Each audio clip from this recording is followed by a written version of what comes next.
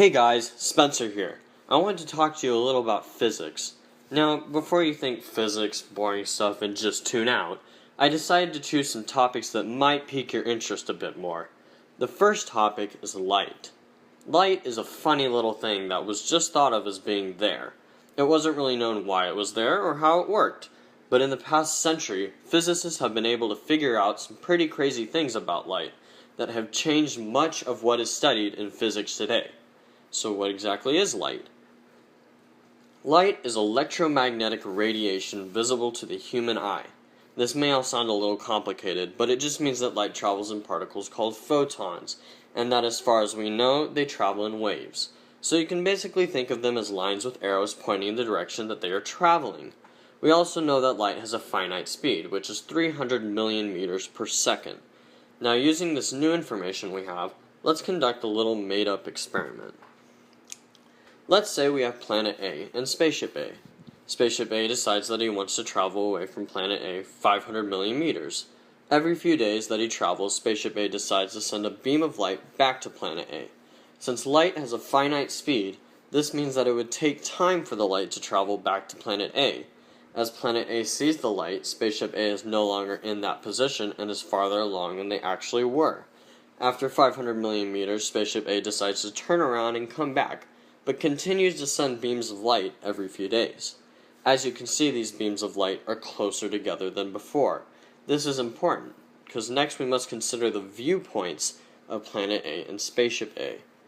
From the viewpoint of a person on Planet A, since the beams of light were farther apart and took time to travel, it would have appeared that the spaceship was traveling slowly. For a number, we could say 100 meters per second. And then when the spaceship traveled back, the beams of light were closer together, which would mean it would have looked like the spaceship was traveling faster than before. So we could say it looked like it was traveling 200 meters per second.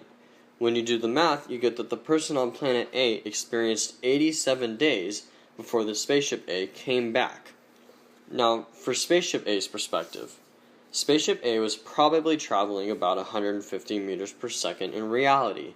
When you do the math, you get that Spaceship A experienced only 77 days. But this doesn't make sense because the person on Planet A experienced 87 days. Yet this all makes complete sense. You may be asking, how does this work out?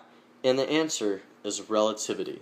Developed by Einstein, this is the idea that an object's space-time dimensions change relative to the objects around it, and depend on the viewpoint of that object. A major equation for this is t prime equals the change in t divided by the square root of 1 minus velocity squared divided by the speed of light squared. This means that any time you make any movement, your body's sense of time, or the rate at which you age, slows down. Since light travels at such a fast rate, though, you'll only age less by very, very, very, very, very small increments. But for an astronaut in space, it can change by days, even months. Now let's plug in the speed of light and see what we get for an answer.